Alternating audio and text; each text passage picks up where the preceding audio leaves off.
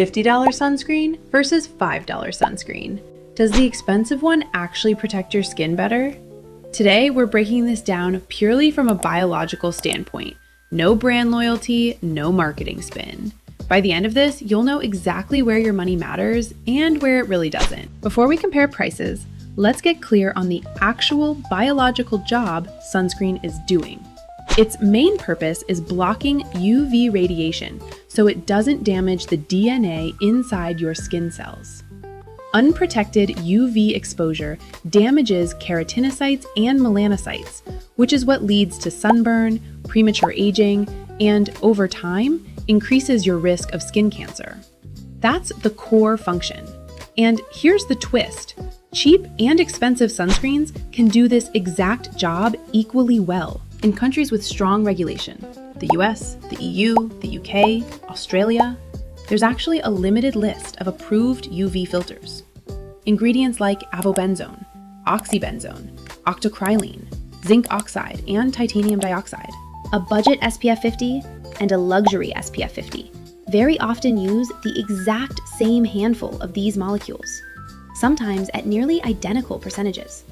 And biologically, an avobenzone molecule in a $5 sunscreen absorbs UV exactly the same way as an avobenzone molecule in a $50 serum.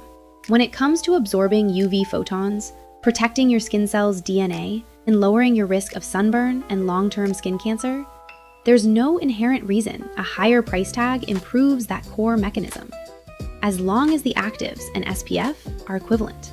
Price differences are real, but they're mostly about experience, not protection. Let's go through what you're actually paying for. Expensive sunscreens often invest more in emollients, silicones, and texture modifiers. That gives you a lighter feel, less greasiness, and a more even layer that doesn't pill under makeup. Here's why this actually matters biologically. If a sunscreen feels good on your skin, you're far more likely to apply enough of it and reapply it throughout the day. Most people already apply way less than the recommended amount, so under-application caused by a heavy, unpleasant texture is a real, measurable problem, and it directly increases UV exposure.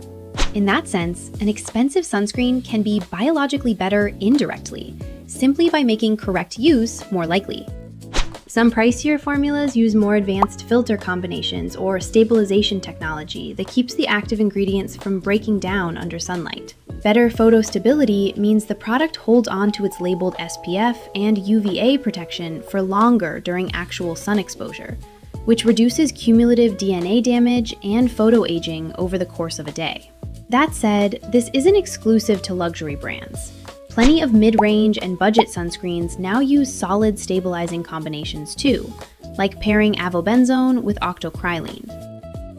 Higher-priced sunscreens frequently add antioxidants like vitamin E, vitamin C derivatives, or niacinamide, plus barrier-supporting ingredients like ceramides and panthenol.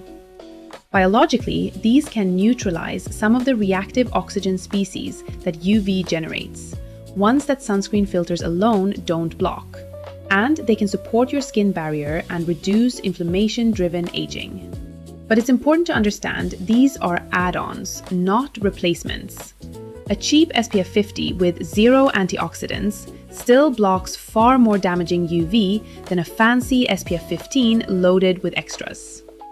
The number one job is still the SPF number and broad spectrum coverage. Luxury and some mid-range brands also optimize for things like no white cast on deeper skin tones, non-comedogenic textures for acne-prone skin, and fragrance-free bases for sensitive skin. Here's the biological angle on this. If a product doesn't leave a cast you hate, doesn't break you out, and doesn't sting your eyes, you're going to use it more consistently and more generously. And that consistency is what actually drives real-world protection. So, cheap versus expensive sunscreen. At the molecular level, a given UV filter works identically whether it's sitting in a budget bottle or a luxury one. Biologically, cheap and expensive sunscreens can be equally effective at preventing DNA damage and skin cancer, as long as the SPF and actives match up. What price mostly changes is texture, stability, and bonus ingredients, and how likely you actually are to use enough, which is what really shapes your real-world protection. All right, that's the real biology behind cheap and expensive. Upgrade your routine, upgrade your life. See you in the next one.